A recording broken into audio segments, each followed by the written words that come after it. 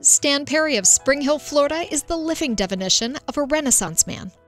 Had an uneventful childhood. I joined the Marine Corps in 1968. And when I got out of the Marine Corps, I became a motorcycle police officer in Indiana. And later on, 1984, I think, I went to work for the federal government. I sold tactical fighter jet aircraft to foreign governments for the State Department. And had a great career. I retired in 2007. All my hobbies include painting. All of these are mine. I've been playing the guitar since I was 8 years old, so that's 60 years now I've been playing the guitar. But lower back pain slowly started to impact his everyday life. I started having pain in about 2012. And at first it was sort of just an annoyance, and it got worse as time went by. About 2014, it finally became noticeable to the place that I needed something done about it. I went to an orthopedic surgeon in Jacksonville who said that he could fix the problem if I had a discectomy, laminectomy, and foraminotomy, and that was done in 2014. After that surgery, I was pain-free for about 2 years. Around 2016, I started having more pain, but it was different. It wasn't the same. It wasn't radiating down my legs and electrical. It was just different. I can't really describe it. So I went back to that doctor, and he told me that I needed a spinal fusion. After the fusion was done, almost immediately I was in far worse pain than I was in prior to the surgery. I was suffering a lot. I couldn't do anything. I couldn't sit, I couldn't stand.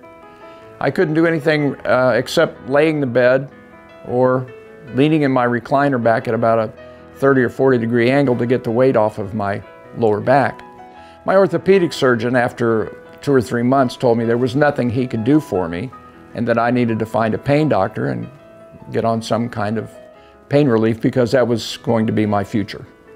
After being told that nothing more could be done for him, Stan began seeing a pain management doctor. It was at this time that he unknowingly started down the dangerous road to opioid addiction. We began with the pain doctor with 15 milligrams of oxycodone, which offered a bit of relief, but not enough to allow me to function normally.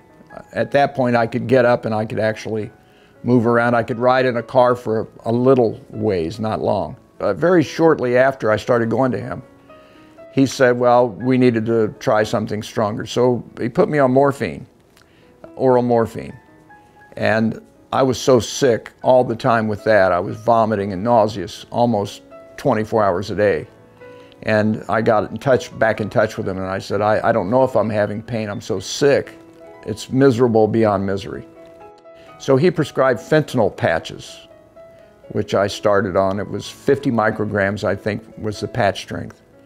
And you put it on, basically on your abdomen somewhere, and you wait 3 days, and you remove it, and you put on a new one. Probably 2 months went by, and I had taken my wife out to dinner, and from nowhere, suddenly, sweat was pouring out of my body like I had a hose inside me that was spewing water. It was amazing. We came home, and I was deathly ill. I mean, just horrible pain, vomiting. It was incredible. And I called my pain doctor, who said, without hesitation, have you changed your patch?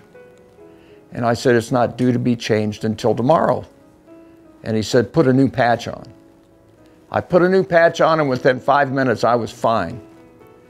It was my first experience and an awakening to addiction, which I always thought was, you know, people get high off the drug and they say, oh boy, I want to get high tomorrow, and that being the addiction. It isn't. You're so sick and your body's so racked with pain, it has to have that drug again for you to just be normal and not sick. Getting himself off of all the medications meant that he had to find a resolution to his condition. Stan took the next steps to finally rid himself of the pain. I heard about the Bonatti Spine Institute because my wife, who was my girlfriend at the time and my best friend, and couldn't get around at all without her walker, She found Bonatti through an association with one of her friends who had been treated there. And rather than going through all of the major typical standard surgeries, she went to Bonatti's. It was a miracle to me because in the whole time we had dated, I had never actually seen her walk unsupported. And we went into Bonatti's, and on Tuesday morning I took her in for her surgery, and Tuesday afternoon she walked out just walking. No walker, and hasn't had one since, and been pain-free. He walked us through several Bonatti spine procedures with neurosurgeon Dr. Uteg. The first surgery was in January this year, 2018, and they removed half of the hardware that had been installed by the orthopedic surgeon. Well, the second procedure, they went back in on the other side and removed the other half of the hardware that had been installed during the spinal fusion. I did have some pain relief after that. When they took the second set of hardware out, I did have a noticeable change in the nature and the intensity of the pain. This is actually half of the hardware that was installed during my spinal fusion, and I was amazed at the size of these things that are installed in your body. These are just 2 of 4 screws that were put in. Look at the size of this thing. And there were 4 of these, along with some other hardware that connected these together, and a plate and a couple of nuts and bolts. I mean, it's the kind of thing you'd put your backyard deck together with. This is fusion hardware. Don't do it. Now that the unnecessary hardware was finally out of the way, the Bonatti surgical team was able to target the aggravated area and eliminate the cause of the pain. Then I came in for the third procedure. Third procedure, they actually got in and started doing some of the technical work on my body instead of on my installed muffler system. And after that surgery, I did know that things had improved, that there was a substantial improvement in not only the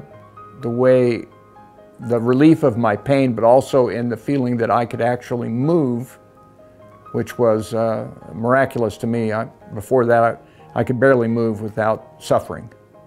They got me up and we walked around, and I wasn't suffering like I had been before, and it was a wonderful experience.